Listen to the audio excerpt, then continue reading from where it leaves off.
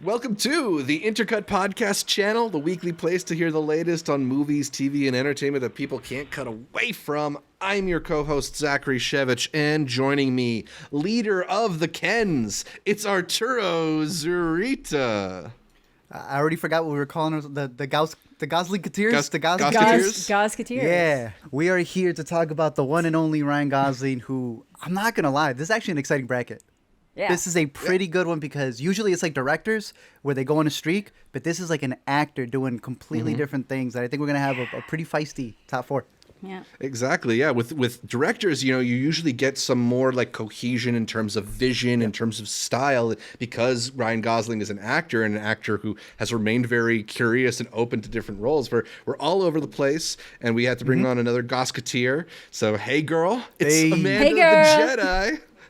What up? Thank you so much for having me because I do love Ryan Gosling. He is a Canadian treasure. You are lucky to have him thanks to us. On loan. He's delightful. Yeah, he's one of our That's a plus most 2 for y'all. lovable Hollywood stars. Ryan Thomas Gosling, the 43-year-old high school dropout from London, Ontario. High school dropout? Yeah. But to be a star though, right? Like, I feel like, to pursue his acting dreams. He dropped out It at was like 17. LeBron. Didn't go to college. Exactly. When you have that much talent, you're just wasting your time in school. That's true. Yeah.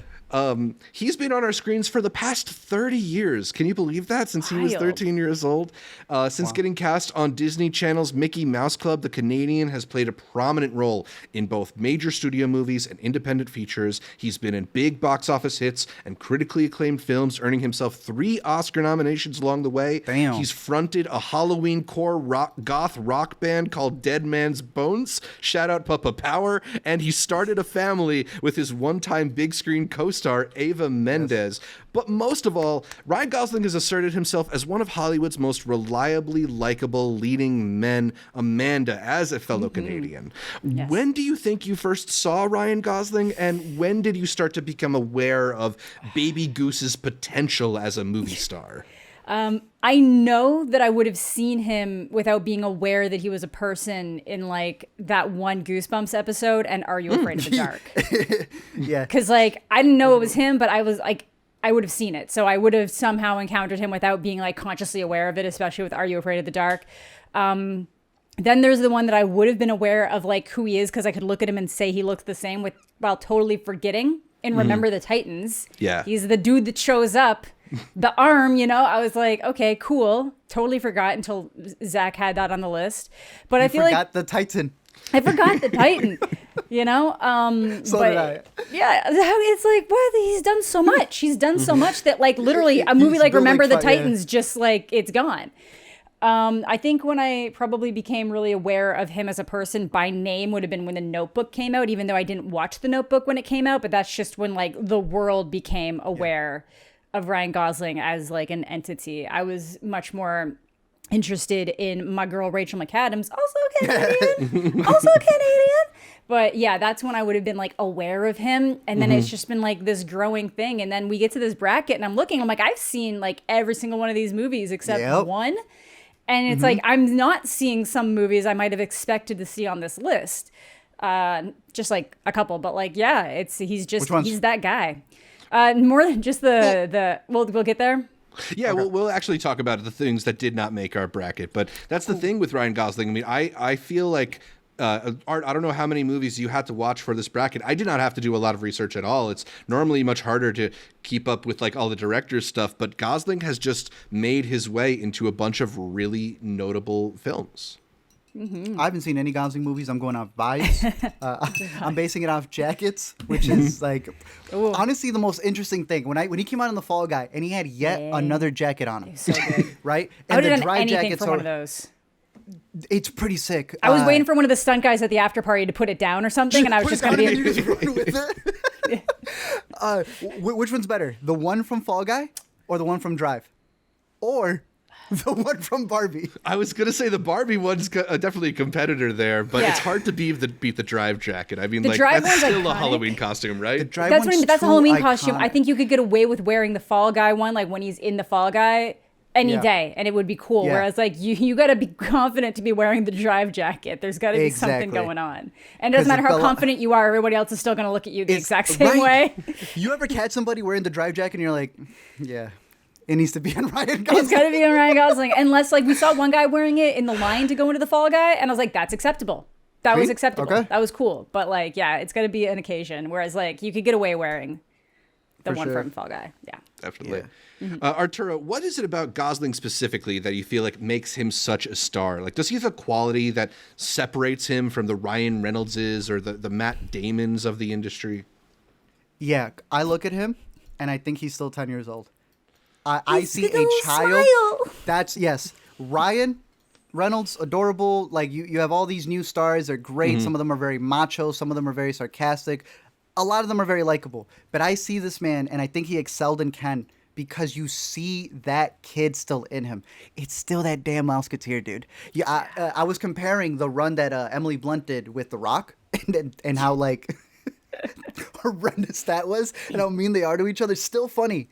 Emily Blunt with Ryan Gosling was such a completely different dynamic, and it is because he's such a pure heart. I think that's what it is about him. You had mentioned his relationship with Eva Mendes. Seeing him on the whole press run for any of the movies, wearing Eva as the Barbie bee for that entire press run, the man was wearing a shirt that was the cover of her book.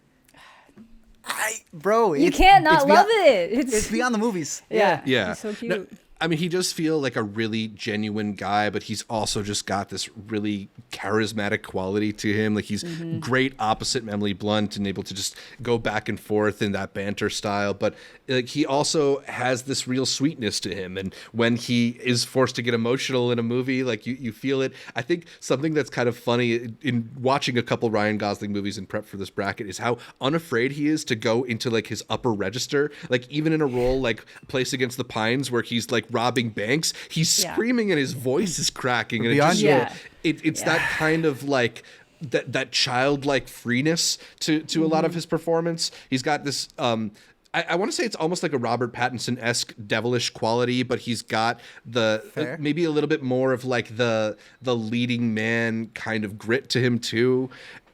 There's so many actors who I think you can see echoes of him but his ability to kind of do all things and be in all places. He can be, your super tough guy leading man, but he can also be a very vulnerable, weirdo outsider character. And not a lot of people can do it like Gosling. He could do Drive and be sadistic as possible, right? I was rewatching the movie and I'm like, some people like this for the wrong reasons. And then he does Barbie, he does Fall Guy, where he's not afraid to play the goof. Nice Guys. He is not afraid to make himself the butt of the joke, and I appreciate the hell out of that. I think that's a big quality from him. He's also not overexposed. He's not afraid to take a step back. He went a few years without taking a role in like 2019, 2013. To like raise his kids? Exactly. To like be around? How dare he? But he's selective in his choices too. And I think something that a lot of other actors who are selective are a little more pretentious than he is, and he's not pretentious at all when it comes to the types of movies that he's going for. There's a few that I think we were keeping off the list as well, and it was just like, I don't mind those. Everything else, though, was hits that we kept on the bracket. Yeah. Exactly. So we have 16 movies on our bracket that are organized in order of their Letterboxd popularity. So the most popular film on Letterboxd, Barbie, occupies our number 1 seed, whereas the bottom seed is actually the 21st most popular movie on Letterboxd for Ryan Gosling, Fracture. But I heard that one is a hit in the Zarita household, so we had to squeeze it onto the bracket here. It's a good one. It's a really good one. Thank you. Oh, thank goodness. Oh, yeah. I mean, that's the thing, though, is that we are dealing with a guy who's made a lot of movies, and a lot of movies that probably could have been on this bracket. So let's talk a little bit about what did not make our bracket, and maybe we'll expand our thoughts on why we chose other movies above them. First of all, there's all the TV work, right? He starts out mostly in children's television after he does the all-new Mickey Mouse Club. He does an episode of Are You Afraid of the Dark, where Amanda sees him for the first time. He does an episode of Goosebumps. He does a bunch of other kid shows throughout the late 90s. He also gets his first film role in Frankenstein and Me. But it's not until Remember the Titans in 2000 that he has his first adult role, and I feel like that's where he popped up on a lot of people's radars. Even if we didn't yet know who he is. Like a lot of us have seen Remember the Titans. It's a special movie for me, for sure. But he's like a pretty ancillary part of it. He's like one of a big ensemble cast. So I don't know if this would be really in the running for best Ryan Gosling movie. Why do you remember the Titans? I mean, for Denzel primarily, if we're being honest. I thought it was like a date movie or something. What's her name? The girl. And Remember? Heroes. His daughter? The daughter. Oh yeah, Hayden? Hayden Panettiere. Thank you. Yeah. I was going to say Ethan Suppley, but whatever. Then in 2001, he has what Wikipedia describes as his breakout role, though honestly, I haven't seen it, in The Believer, where he plays a Jewish neo-Nazi. Have either of you had a chance to catch up with The Believer? No. Yeah. So as many roles of his as we've seen, this is one that we're missing. So comment, Have you? let us know if we should have put it. No, I haven't seen it. I mean, feels like a Hanukkah movie? What the hell kind of description is that? Dude, no, I knew someone like that. Like when I was in high school. Like literally full on like American History X is really good until the end. He took inspiration from this movie. Like, Damn. you know? And yeah, I'm like, you're Jewish. He's like, doesn't matter. We suck. Jewish Mein neo-Nazis, Kampf and they his do binder exist. going to school. Literally, like full Crazy. romper stomper, you know? Yeah. Damn.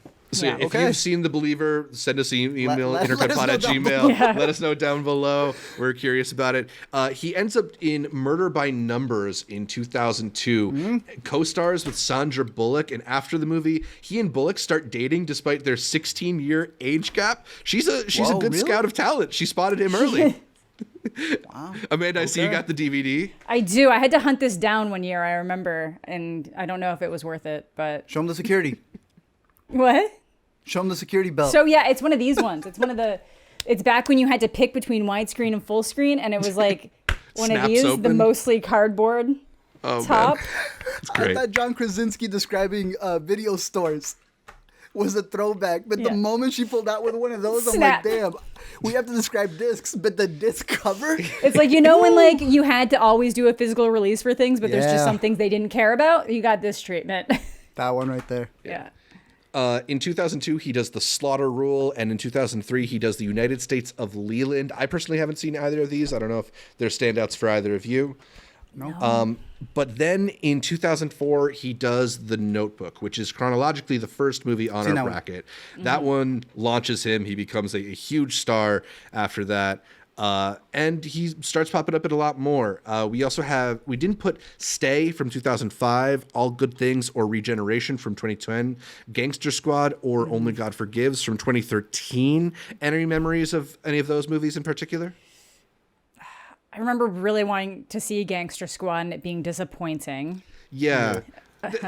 These are all movies that I haven't seen or I saw and thought they were pretty average. I mean, I feel like the most notable thing about All Good Things is that it inspired the series The Jinx Yes. after it. But yeah, that's sort of like an anecdote and a piece of trivia, but the movie itself Yeah. isn't that interesting either.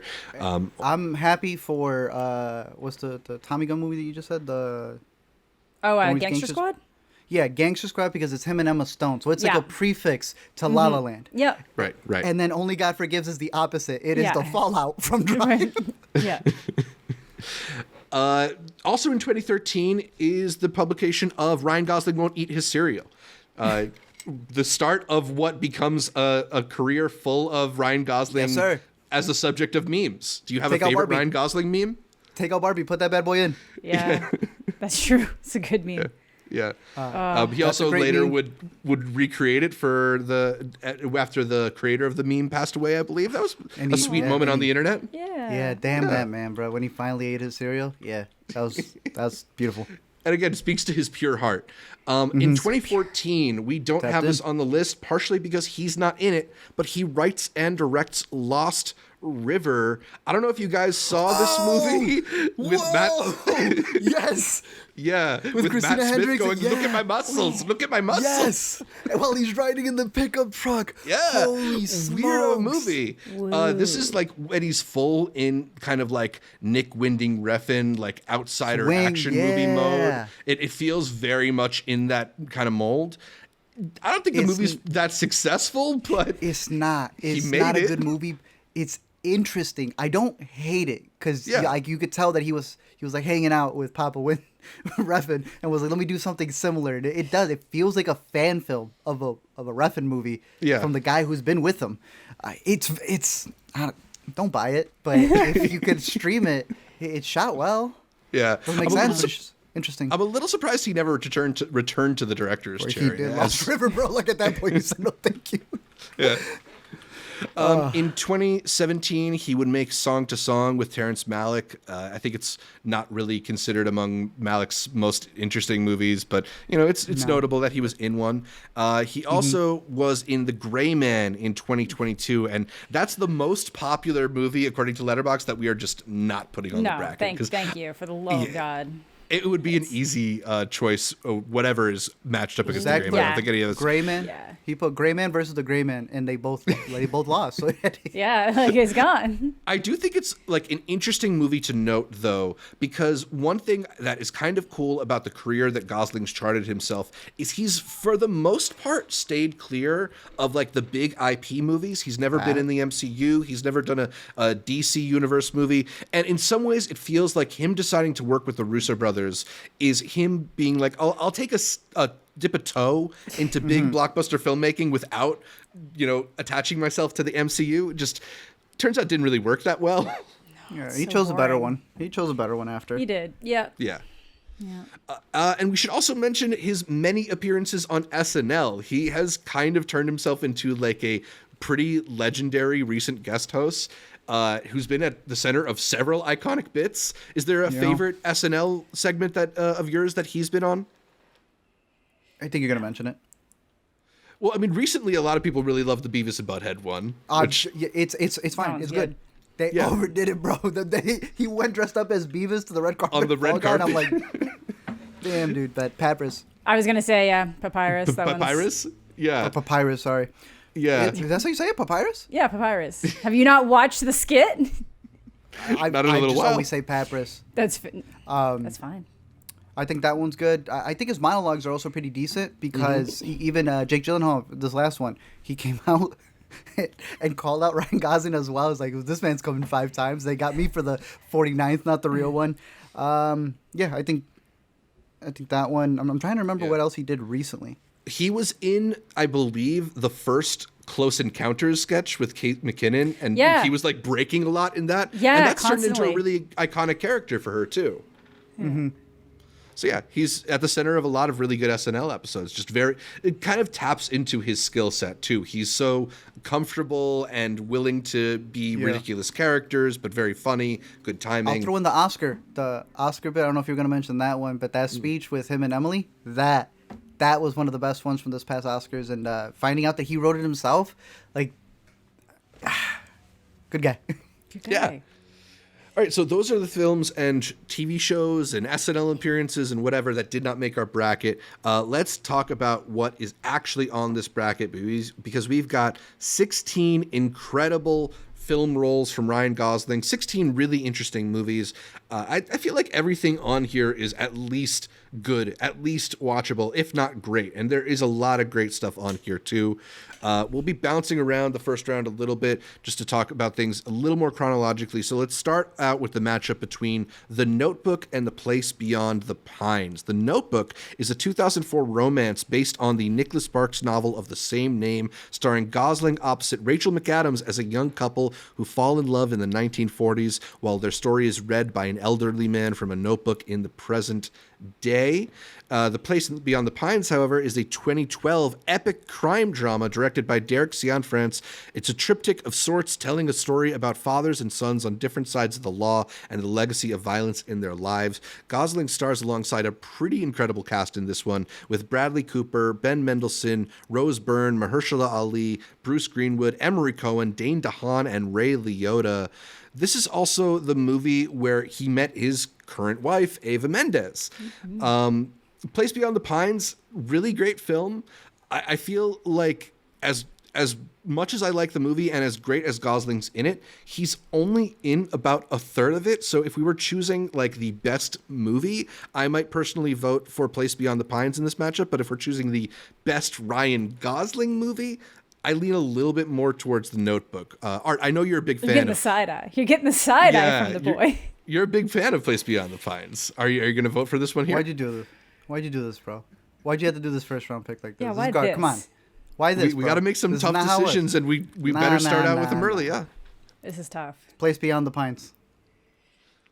Damn, so it's down to me. Mm-hmm. Okay, this is tough because I'll be honest, I skip half of The Notebook. The gimmick, the thing that makes it what it is actually the part I don't care about. I will anytime those old people are on, I'm going through, it was nice the first time. I was like, oh, that's fun. Then it's just like, I just want to see Ryan Gosling and Rachel McAdams. I just want to see that dynamic. That's all I care about. So that makes it hard to co-sign the whole movie. Mm-hmm. But again, Zach's also correct that Ryan Gosling is out of Place Beyond the Pines really fucking early. And The Notebook is kind of what he's known for. Like that's the thing. That's the thing that put him on the map. So while okay, please go. Just because he's missing from the movie doesn't mean that I agree. His presence. I agree. Doesn't go through all the way. That's why he's top billed. He is the most important person in that movie. I'll put it to you this way. Name me Mahershala Ali's best performance. I was just thinking about Moonlight and the sort of shadow his character casts over the rest of the film. This is a Ryan Gosling bracket for things that make Ryan Gosling. For that alone, knowing that neither of these were going to make it into my top 4. Really? I don't think so. Whoa. I don't think so. Yeah, these two are my top 5. That's why I hate Zach right now. Really? Well, literally, Place Notebook is... Beyond I do love Place Beyond the Pines. I'm going to have to go to The Notebook, though, even though I skip half the movie. It's just... That is the movie that... The Notebook is probably why we have his best movies. They're probably largely why he got the opportunity to do some... It's probably why he was able to do something like Place Beyond the Pines. Sure. Man. I know it sucks. But... it's going to be out next round. Both of these were going to be out. Either one of these was going to be out next round for me. So, really, you're talking about 2 of Art's top 5 Ryan Gosling movies. I like Blade Runner a bit. I think Place Beyond the Pines is in my top 2. Might be even 1. Really, I do love it, but it's literally just because if it was against anything other than The Notebook, it's just because Notebook is the thing that that is why Ryan is who he is. I love The Notebook too. It's really good, and there's a lot in it that I love. I almost The died Notebook's good. Yeah. You almost what? I almost got hit by a car once with my friend. We were watching A Walk to Remember. At a camp, a car almost. Anyways, you were holding it up. It just brought me back. I mean, something that you won't forget. I just had a Notebook moment. Don't mind me. Continue. Next round. It's fair, but Place Beyond the Pines, if you haven't seen it, please do so. Derek Cianfrance, it's good. He just produced something at Sundance, and that was a big deal for me because I was like, yo, that's why I made a big deal, because I do think he's one of the best directors, and he doesn't do a lot. I agree. I don't disagree. That was a tough choice. That movie. It's a tough choice. I prefer it as an overall movie to The Notebook, but I love both of them, so... We're going to have a chance to talk about more Derek Cianfrance later in this bracket, but do want to give a little more love to Place Beyond the Pines just before it goes, because it is a great movie. And just a tough bracket. Yeah, just a tough bracket. It's not the kind of movie that you would expect them to make merch of, but there is some merch of it that I have with the iconic line from Place Beyond the Pines. Art, you're such a big fan. I'm sure you know it. Say it with me. If you're going to ride like lightning, you're going to crash like thunder. Thunder. Obviously. There you go. Hey, what the hell? Yeah, they made T-shirts for some reason. Is it official, or is that like a Redbubble Etsy thing? No, it's got it on the tag too. It's legit. What the fuck? Yeah, this is back in my college radio days. They sent us a few of these. So. Damn. Art wants to kill you. I got one for you. Don't worry. Lovingly. Lovingly. Yeah. Hey, that needle drop for the score when he's riding the bike in the woods, I think competes with Drive. And everybody knows that Drive's just like iconic with him driving the music. But Hey, shout out Place Beyond the Pines. Definitely catch that one if you haven't. It is an incredible film. And Derek, make more movies, bro. Make more movies. Yeah. Let's move to 2006 when Ryan Gosling made Half Nelson, a drama which premiered at Sundance. It's the feature debut of filmmakers Ryan Fleck and Anna Boden, who since gone on to make movies like Mississippi Grind and Captain Marvel. I believe you liked their recent work in Masters of the Air for Apple TV. Didn't they do Freaky Tales? No, that's they did Freaky Tales. I was like, I just saw them in a thing. There you go. Back at Sundance. In the flesh. The movie stars Gosling as a middle school teacher who forms a friendship with one of his students, played by Shrika Epps, after she discovers his addiction to hard drugs. And at 26 years old, Ryan Gosling would get his first Oscar nomination for this part. He became This is the one? I didn't know that. Yeah. You had said 3, and I'm like, what's the third one? the third? Really? Good This for was him. the first one, and he was the 7th youngest Best Actor nominee ever at the time that he got nominated, eventually losing this Oscar to Forrest Whitaker for The Last King of Scotland. Half Nelson goes up in the first round against La La Land, which was the movie that would bring Ryan Gosling his second Best Actor nomination. The 2016 musical written and directed by Damien Chazelle about a struggling jazz pianist and an aspiring actress played by Emma Stone who meet and fall in love while pursuing their artistic dreams in Los Angeles. Look, I like Half Nelson a lot. In fact, this is the movie that for me, like, it cemented Gosling as like a real person to watch. Like Notebook was obviously like the heartthrob role, but this was like solidified his bona fides as an actor. Like this is a really incredible part. I think it's an overlooked movie, particularly considering, I think a lot of people don't realize it's his first Oscar nomination. I don't think I'm going to vote for it above La La Land. No. You don't want his Freedom Riders? Nah. What do you remember about Half Nelson? To me, the reason I wouldn't put it above the other ones is because I think we've gotten so many of these type of movies. Like we get like 3 a year. I don't think it's bad.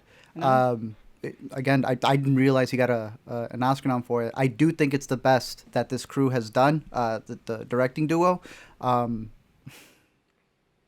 It ain't beating La La Land. It ain't beating the picture for 7 seconds. Yeah, it ain't beating La La Land.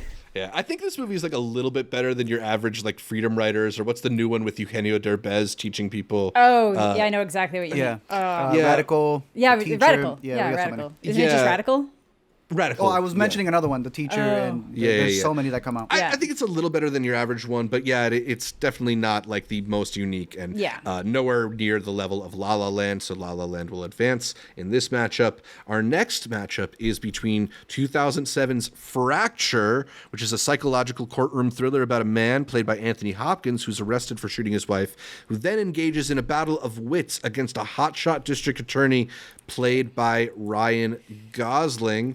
It's going up against Barbie, a 2023 fantasy comedy directed by Greta Gerwig about Barbie, a fashion doll on a journey of self-discovery following an existential crisis. Margot Robbie plays Barbie. Gosling is just Ken, her sidekick and comic foil. This is the role that would earn Gosling his third Oscar nomination, but his first one in the supporting category. Art, and make your argument for Fracture above Barbie.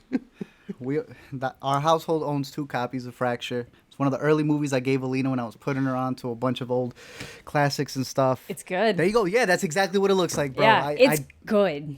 It is a fantastic movie. It is incredible. I love it as a thriller. Yeah. I love rewatching it, seeing the clues, everything that's in there. I don't know where my copy went. Someone broke into my house and took it. Like, I didn't have the thing. Copies. Both copies. They left all the steelbooks, but they took my Fractured one. I didn't have the lock that Amanda had on her copy.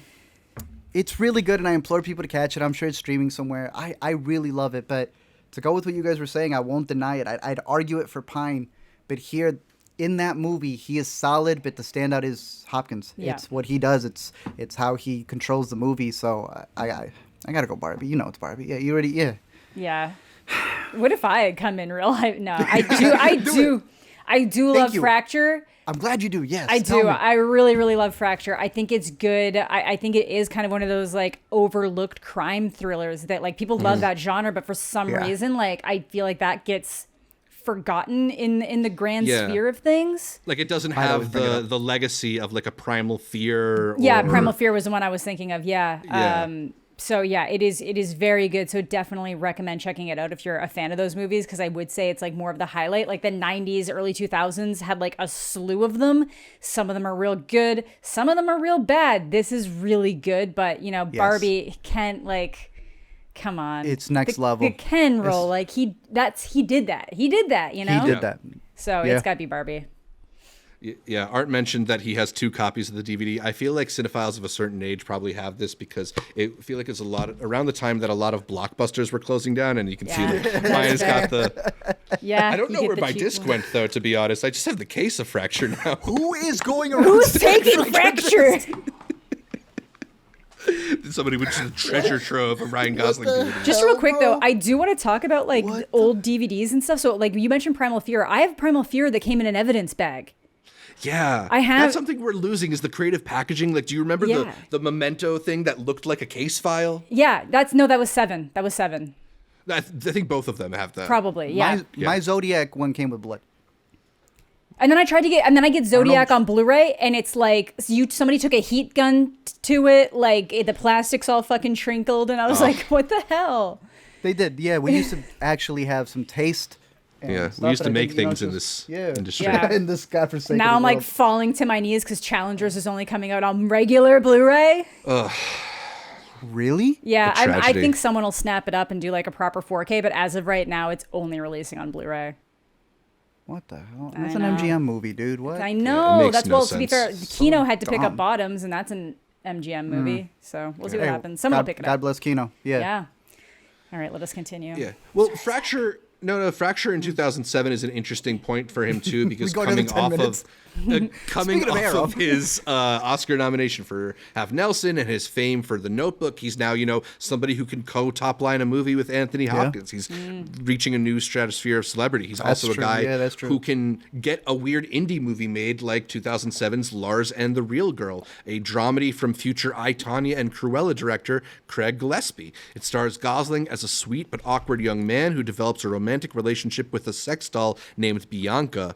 It's going up against Drive, the 2011 neon-colored low-boil action film from director Nicholas Winding Refn, which stars Gosling as an unnamed Hollywood stunt driver wearing the coolest scorpion jacket you've ever seen. After his neighbor's husband returns home from prison, the driver finds himself surrounded by violence. I went back and rewatched Lars and the Real Girl in prep for this bracket. I don't think I'd seen it like since 2007, but it is like such a sweet movie. I feel like it's our first real taste of like weird guy Gosling, who can be a little bit off and a little like. For all of his good looks, he has this kind of strangeness to him, and he really leans into it with this part. But like as sort of like strange as it feels on its surface, it's ultimately a very big-hearted movie, a very empathetic movie, and sweet and funny in the ways that I think Craig Gillespie would kind of come to define his later films by.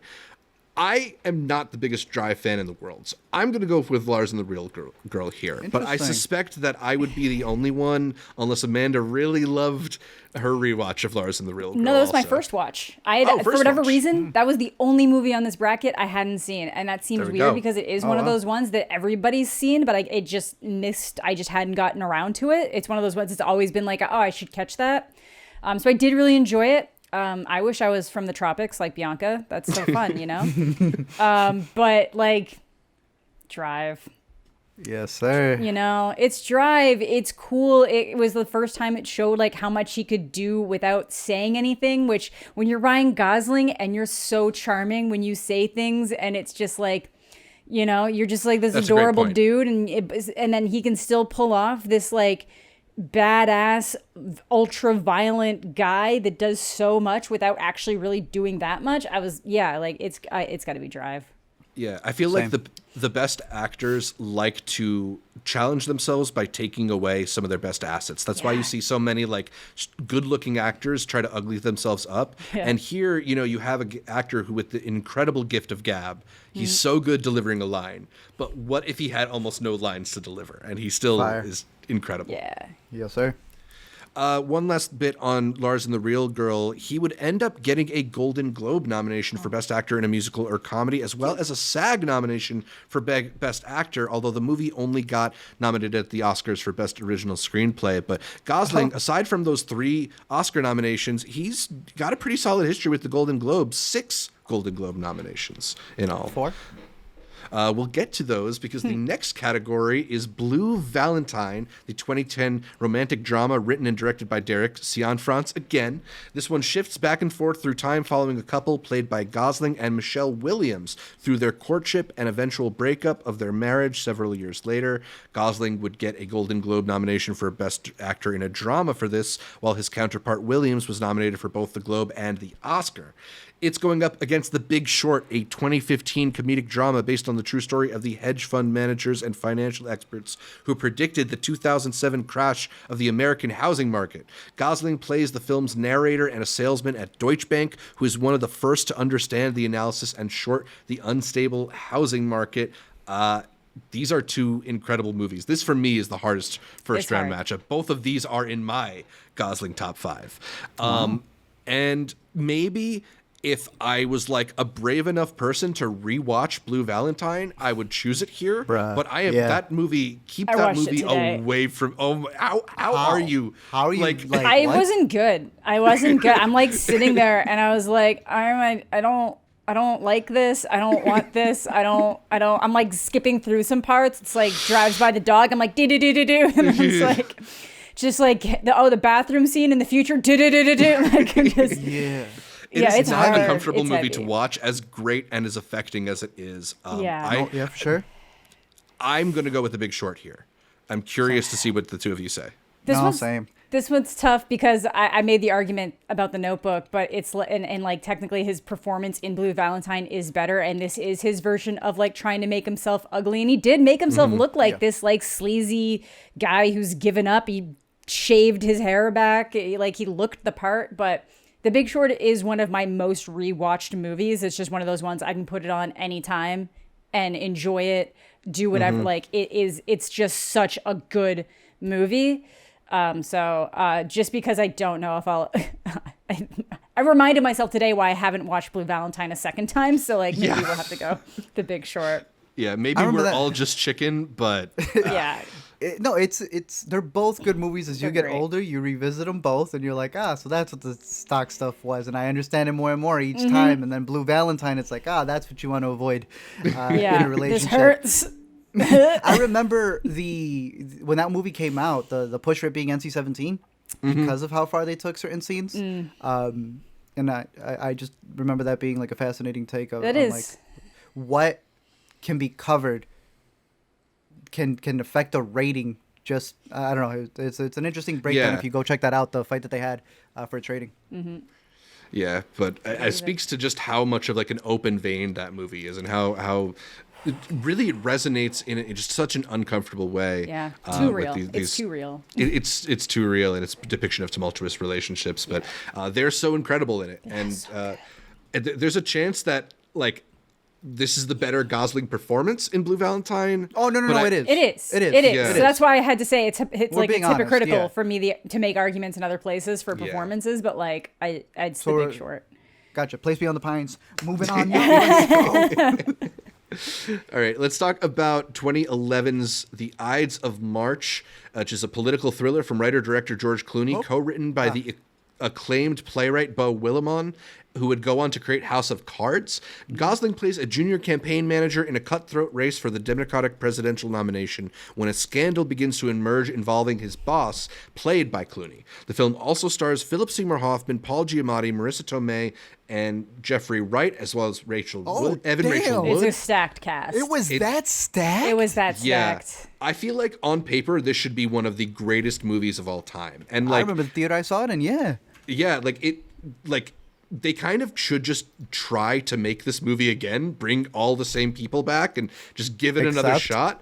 Except George Clooney directed. Yeah, because it's up against Blade Runner 2049, which is the 2017 neo-noir science fiction film directed by Denis Villeneuve about Kay, a Blade Runner played by Ryan Gosling, who uncovers a secret that threatens to destabilize society. Hey, clean. Oh, I can see a couple.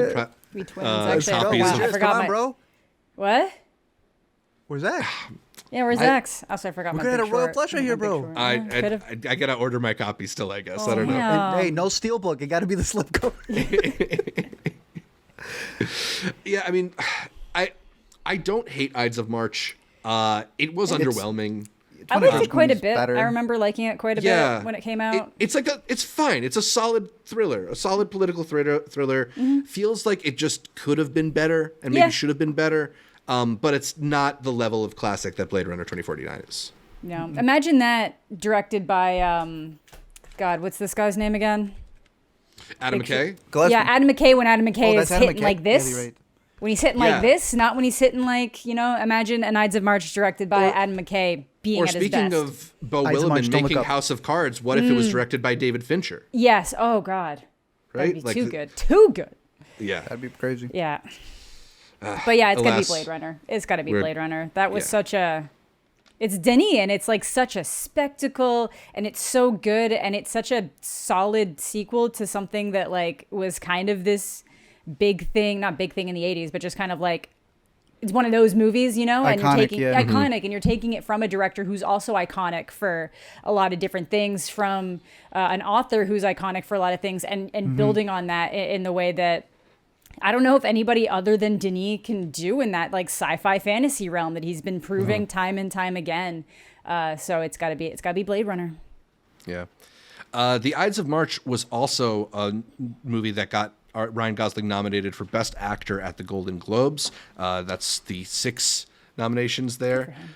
It was part of what it was a really big 2011 for him. I think 2011 was kind of one of the years that really put him on a new level of stardom because that was the year he did Drive. It's the year he got a Golden Globe nomination for the Ides of March. And it's also the year of Crazy Stupid Love, the 2011 romantic comedy that followed 3 interconnected love stories.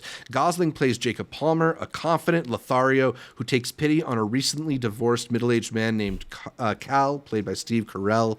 He offers to teach him how to pick up women, while simultaneously the perennially single Jacob begins to discover chemistry with Hannah, played by Emma Stone. This would be the second time that he and Emma Stone end up on screen opposite one another. But we're matching that romantic comedy up with The Fall Guy, a 2024 romantic action comedy from director David Leitch, in which Gosling plays a Hollywood stuntman working on a film directed by his ex-girlfriend, played by Emily Blunt, when the lead actor mysteriously goes missing. Fall Guy, still in theaters. We all saw it pretty recently. I don't know the last time any of y'all saw Crazy Stupid Love, but that movie has it holds a strong place in, I think, a lot of people's hearts really around good. our age. You're a big fan of Crazy Stupid Love? I am. I feel like it's really funny. It also is very heartwarming in a lot of ways. I actually maybe don't think the wife gets as much flack as she should in areas. It's very interesting. There's like aspects where I'm like, come on, guys, come on.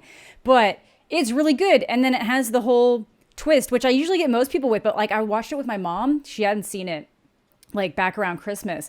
And she just kept being like, I just don't understand how she fits into this. And I'm not going to spoil who she is. And then I was like, God damn it, Mom, you ruined everything. But then, so it gets to the end and it's still a good reveal. But I'm like, why are you paying attention too much? But it's really good. And it's like pretty smart. It does have some things that don't age super, super well. Like it ends with like a 17-year-old giving a 13-year-old nudes. That's a little weird. We should, that's like, you're on the precipice of that being okay, and things really hit the opposite direction not long after that. But I think it's a really good movie. It's really charming. It's really nice. It was like the real first test drive of like Gosling with Emma Stone, and just to see what that can do, their chemistry and the chemistry there, and how well they genuinely bounce off each other because of how genuinely likable and cool they both are. The Dirty Dancing scene is iconic. The little that meme he has where he like looks her up and down, that's a go-to. That's so good. Ugh. I think this is pretty also a good. movie that when it first came out, like it didn't seem like that special, but as the years have gone on, it's really It's got legs. stood apart from the crowd. It's one of the best romantic comedies of that era. I agree. It's like infinitely rewatchable too. It is really easy to rewatch. It's really, really good. Even if you aren't a Steve Carell fan, like he doesn't go too far in the area that some people don't like him in. It stays a little bit more on the grounded side to show that he does have more range than just the like, oh, Michael Scott, you know? Yeah. Which I love. He's a Like The real Office is character. my, you know, he's like a real person in this movie. Yeah, I don't know. I really like it. So that's, yeah, I will sing its Do you like it praises. more than The Fall Guy? That is the struggle because I loved The Fall Guy so much. And it's And such is there any argument to be made here that The Fall Guy might be the better Ryan Gosling movie? Because he's a little more front and center in it. He is, and I think The Fall Guy really does just hone in on almost everything that Ryan does perfect. Not really the serious side of things, but the stuff that like only Ryan, the thing that sets this Ryan apart from a lot of the, well, everything sets him apart from the other Ryan. And I like Ryan Reynolds, but like he's Ryan Reynolds all the time.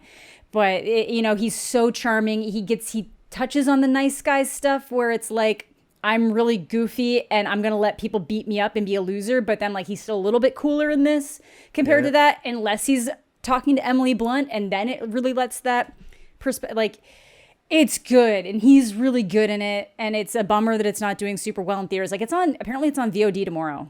Dude. Yeah. Dude, Lightning like quick. what is going on? I don't get Yeah. it. It should have been don't a get it. spectacle. I don't know what they did with the marketing or didn't do with the marketing. It's tough. I don't know. Someone else go first. They're pretty even for me. Yeah. Yeah, like I like them both equally, and we do have more time with Crazy Stupid That's Love. my which- issue. Incredible title. Yeah. Incredible title. Yes. Like if we're looking at the titles here, what a great play. That is Yeah. up there with the what's the not much ado about nothing. I'm over here talking about a title and I can't remember it. The iconic movie Love Actually. Oh, it's Love like Actually. a Love Yeah, Actually Love title. You know what I Actually. mean? Yeah. Yeah, and it sticks around. I Yeah. think they're both pretty equal. Maybe it's because of the legs that it's had. I'm going Crazy Stupid Love because they're both kind of victory laps for him. When this came out, it was like, I know y'all remember me from the rom-com, or not rom-com, but from the Notebook. Here's me doing that swag, that you know, that heartthrob thing to its max. Yeah. The same way Yeah. that The Fall Guy is him going like, yeah, let me get that jacket from Drive. Let me do it a little bit different. Let me do the nice guys thing and do a victory lap there too. They're both pretty good. I could go either way, but I'll stick with Crazy Stupid Love right here. All right, so that's one vote for Crazy Stupid Love. Amanda? Amanda, pick the other one. Give it to him. I will. I'll make Zach pick. I'll go Fall Guy. And I say All that right. loving them both. And I rewatch Crazy Stupid They're Love both like good. more than, because like I see it on streaming services all the time Yeah. and I'm like, oh yeah, I'll pop that on while I'm working. No, it's a good Yeah. one. It's a shout out to the Fall Guy that it's up against it and can hold it, because then that Yeah. means that hopefully the Fall Guy, even with them flipping it that fast, will Yeah. also be around. Yeah. Yeah. I think for maybe a similar reason to what Arturo's saying, I'm going to go Crazy Stupid Love here. That movie's had a little bit more time to marinate, a little bit more time to sort of like cement its status. And while I really enjoyed The Fall Guy, I don't know. I'm not as sure that I'm going to think back on certain moments of it the way that I think back on certain moments of Crazy Stupid That's Love. very fair. Maybe we will. Maybe That's we very will. fair. Yeah. But yeah, I'd those argue are Stone two and pretty him. evenly matched movies. That's a good. More like this. More like this one, please. I would also argue that him and Stone have some of their best scenes Yes. Yeah. together Yes. in this movie too. Yeah. Definitely. Even if it's going to lose the next round. It is. always Our like last first round matchup is 2016's The Nice Guys versus 2018's First Man. This is firmly Ryan Gosling, established as an A-list actor, established as like a unique talent who can lead these kinds of movies. And this is again showing just the incredible range he has too. Because The Nice Guys, a 2016 neo-noir buddy cop comedy directed by Shane Black, Gosling plays a drunken private eye who teams up with an enforcer played by Russell Crowe to investigate the disappearance of a teenage girl. Whereas in First Man, the 2018 biopic, Ryan Gosling plays Neil Armstrong in the years leading up to and through the 1969 Apollo 11 mission to the moon. First Man is written and directed by Damien Chazelle. Art, you've got at least one of those DVDs behind you, right? For which one? Do you tell me? You have Nice Guys or First Man behind you? Listen, bro. Listen. I got First Man. There we go. And I don't know where my copy of The Nice Guys is, but I will say this: when I saw First Man at TIFF, they had it on the IMAX. I was like, that's really interesting. Ooh. It was a beautiful screening. Yeah. But I thought it was good. It's good. Then I saw it again once it finally released. I don't know what the hell this man was on. It crushed me. It's why I own it. Yeah. It went up so much. Like, I wanted to say this for one of the other brackets that, this is the movie from Ryan Gosling that I see it again. And that's a lot of Ryan Gosling movies. This one keeps going up. It's such a beautiful story of, like, it's cliche, but the guy who had to go so far away just to be able to ground himself with the grief that he was going through. It is a beautiful movie. It is. It is such a different take for both of them. Yeah. As director and star, but while I don't know where my Nice Guys copy is, that is the movie that I was doing scenes for in college, where I was copying stuff when the protesters are all dead. Nah, bro, there's a lot of stuff in there. Good. One of my favorite scenes of Gosling is him breaking in and almost bleeding out. No, that is Three Stooges level of comedy. Man, it's Nice Guys. I'm going Nice Guys too. I love First Man. That was one of the ones I felt like I had to rewatch for this bracket. So I have rewatched it, but I had recently watched The Nice Guys again as well. And it's just, it sucks. They're both good. Yeah. But where I do feel like there's parts of First Man that could potentially be shaved and it would still be just as strong, even though I love the extended. Yeah, exactly. Like, even though I love the extended scenes and it's beautiful to see, there's, but like Nice Guy. Yeah, and if I'd seen it, if I could see it in IMAX, that would be different, But no, that was crazy. Yeah, that would be crazy. But The Nice Guys, it's Nice Guys, and it's finally getting its dues. People are appreciating it. We might get a sequel. Like, let's go. Nice. It's got to be The Nice Guys for me. Yeah, I mean, I think the fact that people are clamoring for a sequel to The Nice Guys is evidence enough, right? And maybe that's just because, what are you going to do, make Second Man? But I don't know. I was about to ask you, are you watching? I'm going to be honest, that could also be interesting. I feel like there has to be some kind of, like, that's got to do something to you. That's got to do something to you. Hey. That'd be good. But yeah. Yeah, but I would go with Nice Guys here as well, as much as I think First Man is really a remarkable and probably underrated movie. Yeah. So good. He's so good. Well, look, so far we've talked about him working with like Derek Cianfrance and Damien Chazelle. He's worked with Adam McKay and Shane Black. Greta Gerwig's on this bracket. Denis Villeneuve's on this bracket. He's not an actor who's afraid from jumping around to different directors, and he's in demand from all these incredible auteurs. So if you just work with incredibly talented people, you're going to end up in so many incredible movies. And Gosling's probably the best example of that. So we're down to our top 8 Ryan Gosling movies, and we've got a really hard matchup to start things out with. We've got Barbie up against The Big Short, probably his 2 most iconic supporting performances. I feel like that's maybe fair to say. Maybe Crazy Stupid Love you can consider a supporting performance as well.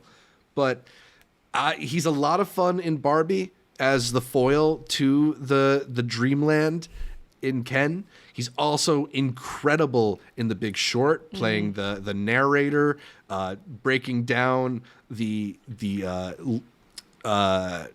different credit scores with a Jenga set. I don't know.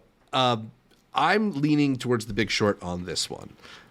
I'm curious where the two of you are going to vote. Barbie.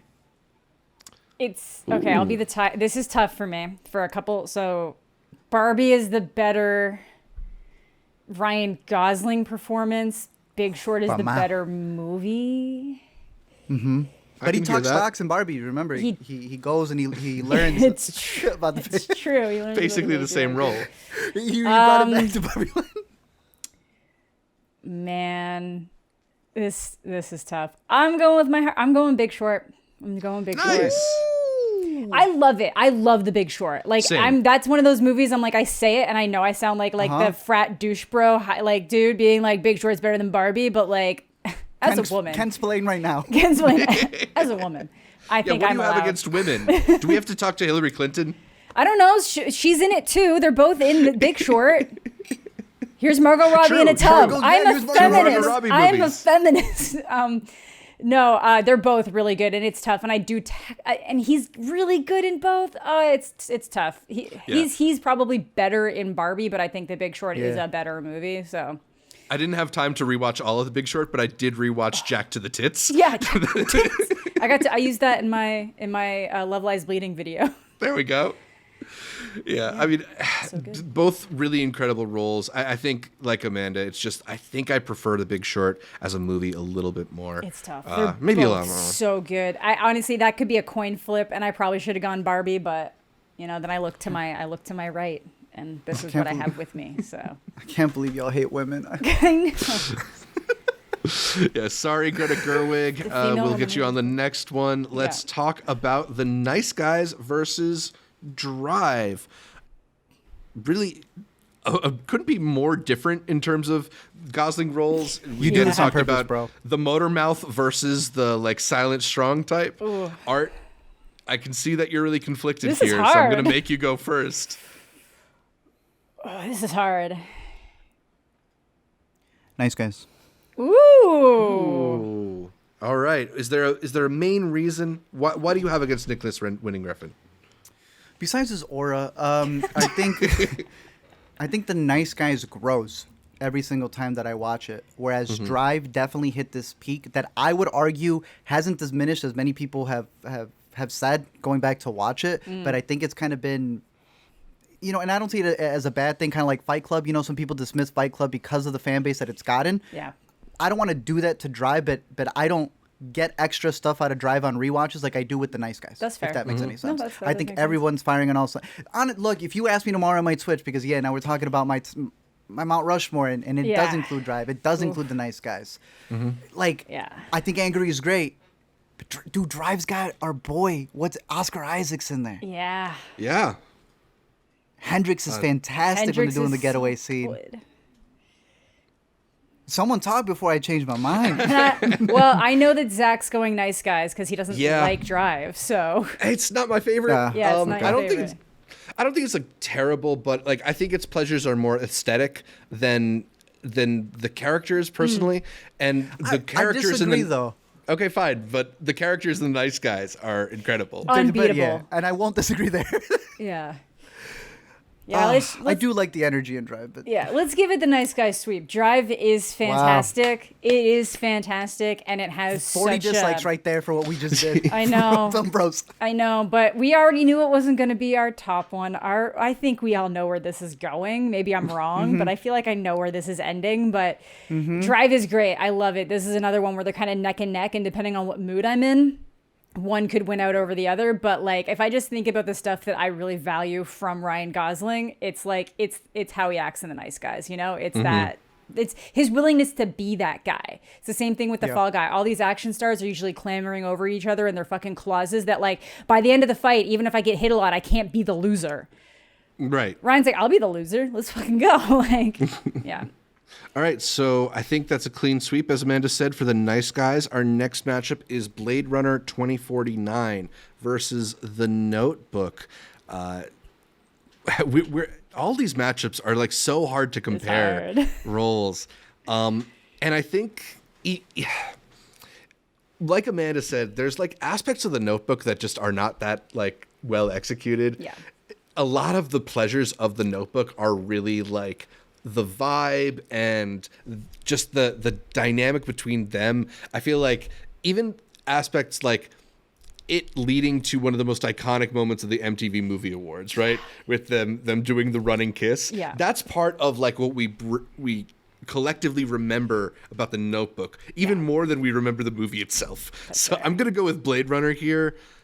I know there's some people who really love The Notebook. I don't know if either of you would choose it above Blade Runner, though. I won't. Going The Notebook. I knew he was going to go Notebook based on what he said Ooh. earlier. I knew he was going to go Notebook because when I said it's not like it's going to matter because it won't win the next round, and he was surprised by that statement. I knew he was going the Notebook. But yeah, I got to go Blade Runner as well. I like the Notebook a lot, but again, I at this point skip half the movie because I don't care. I don't care. It's sweet. It's nice. It was good like the first few times, and now I'm like, I don't want that. I don't want that. I want to just them as they are. But Blade Runner is just this masterful spectacle of a movie. I'm going to go Blade Runner. Yeah. Art, throw some Love the Notebook's way before we move on. So good. My mother-in-law, she loves The Notebook. Got her brownie points. Alina went to go get her, because she thought, it's Rachel McAdams. Let me get you About Time. Let me get you the bottle. God. Those things were never opened. I looked at Alina and I said, it's because she wasn't watching The Notebook for Rachel. Yeah. She was watching it for one person. Yeah, and should have gotten her the nice guys. Gleason ain't Ryan, Crazy Stupid Love. Gleason Yeah. ain't Gosling. So. I like The Notebook though. Yeah, this movie But kicked off Blade Runner's years of other lesser Nicholas Sparks adaptations. Like, who remembers the God. last song with Miley Cyrus and Liam Hemsworth? Dear John. I remember it. I don't remember it. Right. But that's long Walk runs. to Remember. Walk to Remember was like the original Notebook. Mm-hmm.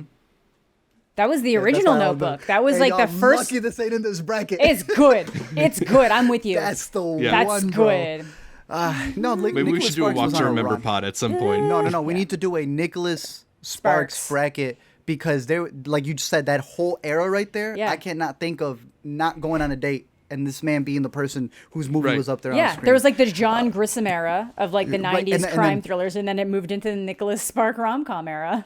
Not even com, just rom, Yeah, Just rom straight sometimes, rom. Yeah, mostly just rom. Blade Runner's a better movie. Yeah, It is. it's All a right. better movie. Speaking of just rom, our last matchup of this round is Crazy Stupid Love versus La La Land. Art, you want to say anything about Crazy Stupid Love? It's really funny. I think it being problematic is also indicative of it standing out. Yeah. Because it's not afraid to go places. Because it is a movie. It is supposed to be messy. It's crazy. It's a product of its time. Stupid. But I love La La Land, Yeah. so I'm going La La Land. It's gotta be La La Land. It can't not be. La La Land is. Yeah. No, so but La La Amanda, Land you're, wins. you're right. It's Crazy Stupid Love. Really, it's like a product of its time, even for better or worse. Like, it really feels very much set in that like mid 2000s Yeah. style of comedy. Yeah. And Yeah. Which is fine. I'm not Yeah, saying I'm it- trying to cancel it because it involves No. a 17-year-old giving not actual real nudes to a not actual real life child. I'm Right. just saying that like She there's- the it's method. We don't know what happened behind the scenes. fair. But yeah, no, it's got to be La La Land. What a Yeah. God. It's decent. It It's decent, hits. yeah. You don't like. I just remember watching that and like just expecting it to kind of just end the way everybody would expect it to end, and then it doesn't end that way, and it sucks. But that's the reason it's so goddamn good, Yes. and you're mad and you love it. Oh, it's so good. But anyways, We walk. All right. I won't say the movie, but we walked out of a movie at TIFF, and Zach and I just look at each other, look at our notes, and we go, "They just La La Land that." It's a verb. Yeah. It's a verb. There you Hey, go. for the record, with Fall Guy, with Drive, and with Place Beyond the Pines, Yeah. the man likes playing a stuntman. he does, and he respects. Loves a them. driver. Yeah. He respects the hell out of them. Yeah, Definitely. very All right. cool. All right, we're bound to our final four movies, and before we talk a little bit more about La La Land, we got to settle the matter between The Big Short and The Nice Guys, two of Ryan Gosling's funniest film appearances. The films from Adam McKay and Shane Black, who are both comedy auteurs in their own right. Ryan Gosling's maybe a little more front and center in The Nice Guys, but he is a critical part of The Big Short. As I mentioned before, he is the narrator of that movie as well. Come on. I am a gigantic fan of The Big Short. Come on. I'm going to go with the Adam McKay movie. Wow. Yeah. You go, Art. You go. I'm going with The Nice Guys. Easy sweep. He's in the whole thing. We're talking about a Ryan Gosling bracket. We're talking about someone that we actually want to see a sequel to. I don't want this man to work with Adam McKay ever again. This is tough because, like Zach, like The Big Short is one of my favorite movies. It's a good movie, yeah. But for the same reason I said that Barbie potentially should have gone ahead over The Big Short, but I didn't let it, is why I'm gonna put The Nice Guys forward, because I do think the final two should really be, even though I would say that The Big Short is driven in large part by Ryan Gosling, it is more of an ensemble cast movie. I'm gonna go The Nice Guys just because it just feels right. It just feels right. Yeah, I can't really argue against it. I love The Big Short, and Same. I love how much energy it has, and that Adam McKay is using like every tool in the filmmaker's belt I agree. to communicate with you. But His best. Dude, you're speaking like it's tough. we're doing the Ryan Gosling bracket, like Yeah. you said, right? And he's Is he your favorite, isn't he? incredible in The Nice Guys. Is he my favorite? Or for Zach, or both of you, Oh I yeah. guess. Is Ryan the your favorite? standout in the movie? It's either him or Christian Bale. Mine's Bale. I think Bale's the Yeah, one. Bale's the standout. I like Carell in it a lot, especially if you've heard Carell's that guy good. talk. Carell did He the got it work. down. He sounds like that guy, you know. Yeah. I don't know. Everybody in that movie is good though. They're all. There's not a single person in that movie that isn't good. So. All right. I mean, Yeah. it gets brought up all the time. Out of TIFF, again, another moment where whatever the other one was, Big Short was brought up like, not like the Big Short. Yeah, So it's it's an not Big iconic Short. film. No one's denying that. Yeah, for sure. exactly. Oof. All right. Tough. Our other semifinals matchup is perhaps two of his most iconic dramatic roles. Blade Runner 2049 versus La La Land, the Denis Villeneuve movie versus the Damien Chazelle movie. And there are a lot of people who really, really love Blade Runner 49. There's a whole class of film bro who give this movie 5 stars on Letterboxd, talk relentlessly about how important it is and how incredible a film it is. And shout out to all of them. None of them are on this panel. I think this is going to be a clean sweep for La La Land. Yes. I'm playing my we're chips No, bro, we're so stupid, bro. Why do we have double copies of La La Land? because I got it on 4K once I got a 4K It's so player. crazy. You know? Same, bro. I think because one of the steelbooks is Blu-ray, and that's how Alina convinced me. She's like, "Well, we have a 4K player." Yeah. Before she finished her sentence, It's it was ordered. Best It's in Buy the cart. Yeah. Damn. Yeah. And I love them All right, so- both. Yeah. I love them both, Yeah. and these are two of my favorite directors. And I do Yeah. think that Denis probably has a cleaner, bigger track record as a director of what he makes. And I do think that Blade Runner 2049 is a spectacle achievement in its genre and in film in general. But like La La Land's that bitch. Like I don't know what to tell you. Like It's funny, we just did our Denis Villeneuve bracket, and Blade Runner did not do as well as it did on this one. that's weird. For whatever luck of the The draw. Notebook went ahead. It was really weird. But yeah, I mean, it is a remarkable movie. I just don't like it as much as I love La La Land. I mean, No, I get it. yeah. So La La Land advances to our finals, where it is up against The Nice Guys. Art, is this similar to what you thought would end up in our final two for the Ryan Gosling bracket? I mean, yeah. I expected one for sure, and I was rooting Yeah. for The Nice Guys to get there. So to me, this is a perfect top two because they're both in my top three. So Yeah. I can go either way with this one. I am curious to ask you guys a question though, because you guys have brought up Greta, you guys have brought up Adam McKay, you guys have brought up all of these directors from Shane Black to I think the only one he's worked with he's worked with Sion. a couple directors multiple times, yeah. And what's his name, First Man? Who would you want to see Chazelle. him work with again first? Chazelle, Ooh. probably. You said it as fast as I would have said Chazelle, yeah. Yeah. Yeah, Chazelle's a good one. I mean, I'd be, just because Gerwig's next movie is Narnia, I don't know if I want to see him in a Narnia movie, but I like Mr. the energy Tumnus. he and Gerwig have But in together. something, right? Yeah, in something. That's true. But Chazelle's probably the best Yeah, answer. I would love to see more with Gerwig too. But Yeah. I don't know, him and Chazelle. Yeah, I lean more towards the comedic stuff because, like, I would love for him to work with Villeneuve, but I feel like that's not. It's not the kind of. And I don't think he movies will that- right now. He's not Yeah, taking. yeah. I think he said he's specifically not doing as serious roles because he wants to be in more stuff that his kids can watch. Or was that someone else? Exactly. No, that was him. That was him. Yeah. So that's luckily he's still picking good movies for the most part, other than like I have to do my dues for the streaming service. But yeah, You're not gonna play Paul Atreides, older sadly. Paul Atreides. He shoulda. He coulda. Yeah, mine would also be what's his name? Chazelle. Chazelle, and then afterwards Derek, because Oh, yeah, I probably I'd be worried to see what he's gonna throw at us, but I would be there day one. That'd be a festival ticket I'd buy. Yeah. Immediately We gotta wait like because I know he's 10 gonna years. bring We gotta us wait all. till the kids get out of I middle know. school. Or you know? Shane Black for The Nice Guys too. Hey, but S- that's where they met. yeah. That's where he met the love of his life. So I can't. But yeah, Yeah. Shane Black's another great one. Yeah. Any of them, honestly, just another Anybody. Ryan Gosling movie, Yeah. please.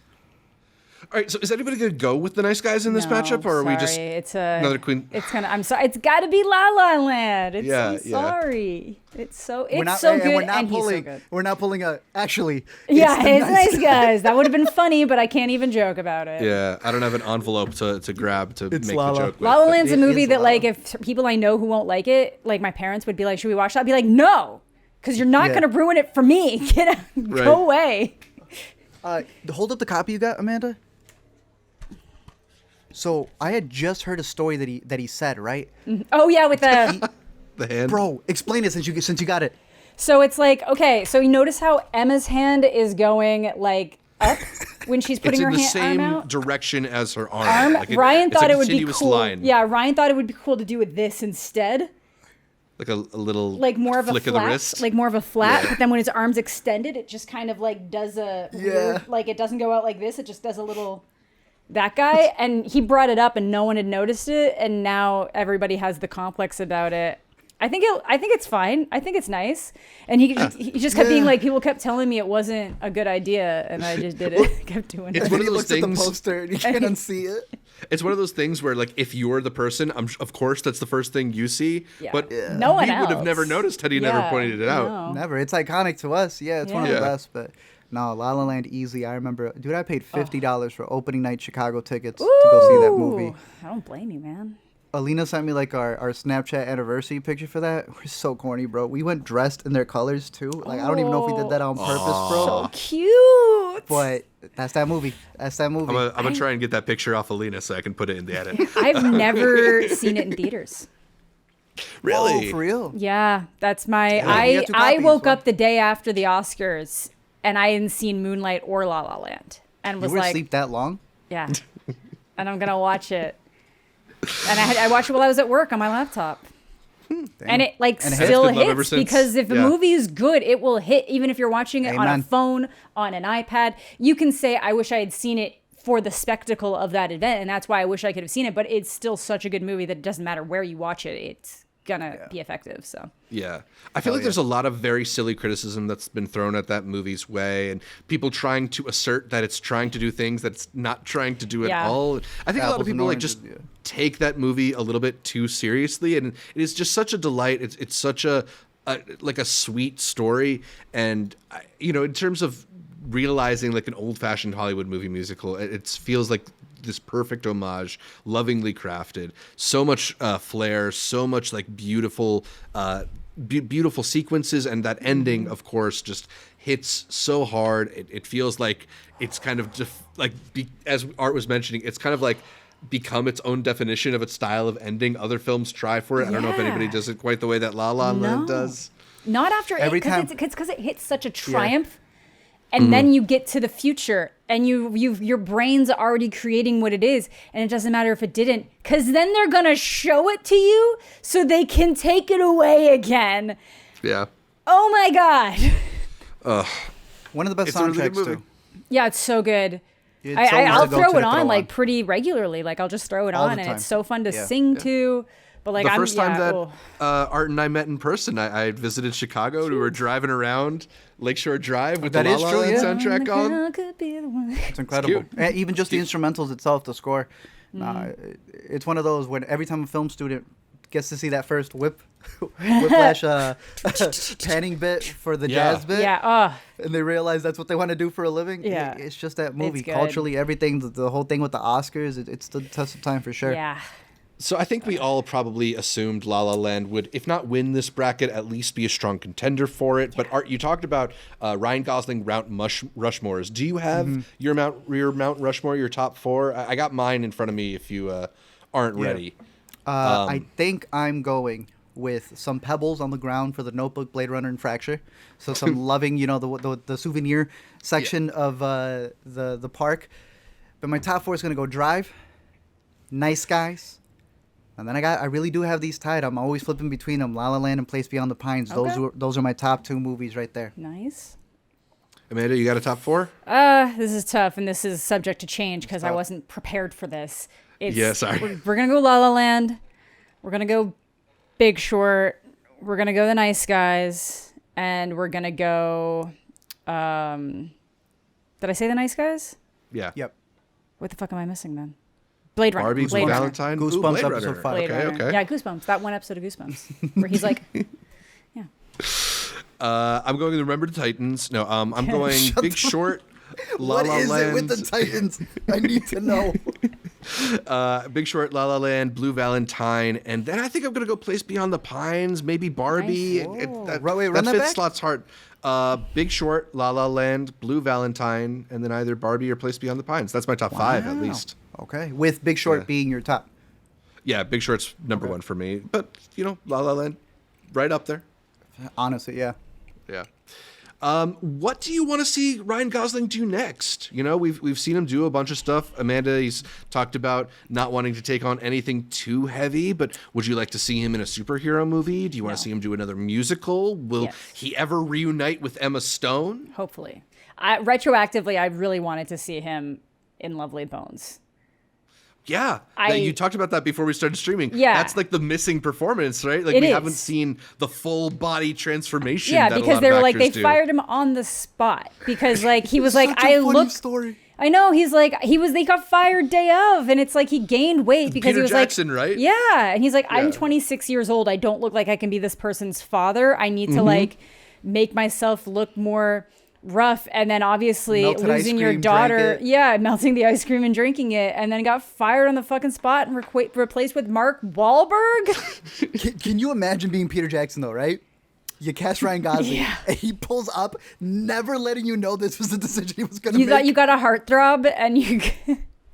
No wonder no one told him anything about You the end La up La with Land Budgie thing. Gosling. He was gonna do it anyway. He's gonna do it anyway. Oh man. Oh, Ryan. No, apparently look, people maybe- were telling him. Apparently people kept telling him, it's like, Ryan, you're doing it. You're supposed to do this, and you're But that's doing what I'm saying. this. Just he wasn't gonna He listen. wasn't going to This man- listen. Yeah. He makes his own choices. Hey, look, maybe we'd still be talking about the Lovely Bones now if Peter Jackson just went with Ryan Gosling. Damn Yeah. it, Peter. Damn it, Peter. I'm gonna say, because Devesh brought it up in our Patreon live stream chat, voiceover work. We haven't really seen him dive into that. I think that would be interesting. Not like that.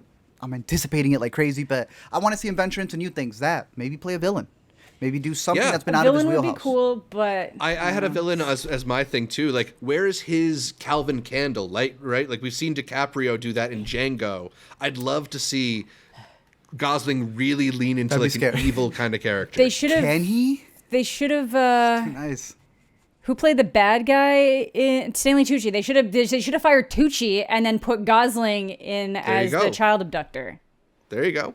Different career path. Can you imagine? It's true. He would have never been able to. It's true. Yeah. You're But, not like, wrong. With Gosling, he's so Crazy lovable. evil love. That's what it would have been. He's so lovable. I would like love to see him sort of like try to challenge your love of him, right? Like, can he be Yeah. charismatically evil? Probably because at that point we'd see the behind the scenes to him playing the villain, and instead of staying in character, he'd be apologizing after every take. Yeah. Yeah. Yeah. I mean, look, in some people's estimation, he just took over Barbie and didn't consult Greta Gerwig on the making of I'm Just Ken. So maybe for some people, he already was a villain. I don't know. I Hey. feel like that was just like she's so good at working with her talent that gives them Yeah. room to become the characters they need to be for the best Exactly. outcome. Right? She knew her feminist movie needed a man, Needed a and man. you know it was the best. He's a Oscar feminine performance. man. He came. We'll take him. He went all the way. Nah, he's the GOAT. He's Yeah. the best, and I think Zach kind of mentioned it earlier. He's the best Ryan. He's the best Ryan. best Ryan. Also, we were joking about Goosebumps, but he is my favorite Goosebumps book is Say Cheese and Die, and that's the Goosebumps Oh. episode he is in. Sick. So he's just been winning since childhood, you know? An iconic presence on stage and screen. Actually, I don't know if he does stage work. Maybe I shouldn't say stage and screen. He should. You'd think he would. Yeah. No, He'd be good on without Broadway, due- right? No, with all due respect, he breaks too much. He With breaks- all true. Due respect. It's true. Hey, but maybe he and Emma can do like La La Land live That would someday. be fun. I'd do it. Yeah. I'd watch that. All right. Well, one of our best screen presences for sure, Ryan Gosling. We always love to see him in movies and always love to talk about him. But I think that's about all for this bracket. Amanda, thank you so much for joining us on this episode. Thank you for having me. Where can people find more from you? You can find me all over the place at Amanda the Jedi. You can find more from me at Zshevich or wherever you find videos at Multiplex Show. Art, where can people find more from you? You can find me over at LME Movies on Twitter, YouTube, Letterboxd, all that good stuff for every week here on the Intercut podcast. You can listen to every episode of the Intercut podcast on iTunes, on Spotify, on Pocket Casts, on Overcast, whatever podcatcher you like to use. And make sure you're subscribed not just to the audio, but to the video as well on youtube.com/@IntercutPod, where you can watch our Kenified faces as we break down the latest happenings in entertainment. Ooh, Find new entertainment. A little episodes. twang right there. Got the Ken coming out. Yeah. Well, that's the other thing I forgot to bring up. We didn't talk about his like Southern lawyer accent in Fracture, or the attempt at it. It's like an homage to how bad Keanu Reeves' accent was in The Devil's Advocate. Yeah. That's why that movie reminds me of McConaughey's Lincoln Lawyer. Yeah. And it's the better version. Yeah. We do the Intercut Weekend Must Watch streaming on our YouTube channel every Monday. And please leave us a comment, like the videos. Consider heading over to iTunes to give us the much requested 5-star review. Shout out to our listeners in Mozambique for putting us on the Film Preview podcast charts. Like our Facebook, our Instagram, our Twitter pages. You can support our Patreon. All of them are available at Intercut Pod. And you can also become a member right here on YouTube to help support the show. You can also visit those places to get updates throughout the week from Art, from me, from Amanda, from all the people that we feature here on Intercut. Thanks again for tuning in. And until next time, the war between the sexes is over. We won the second that women started doing pole dancing for exercise.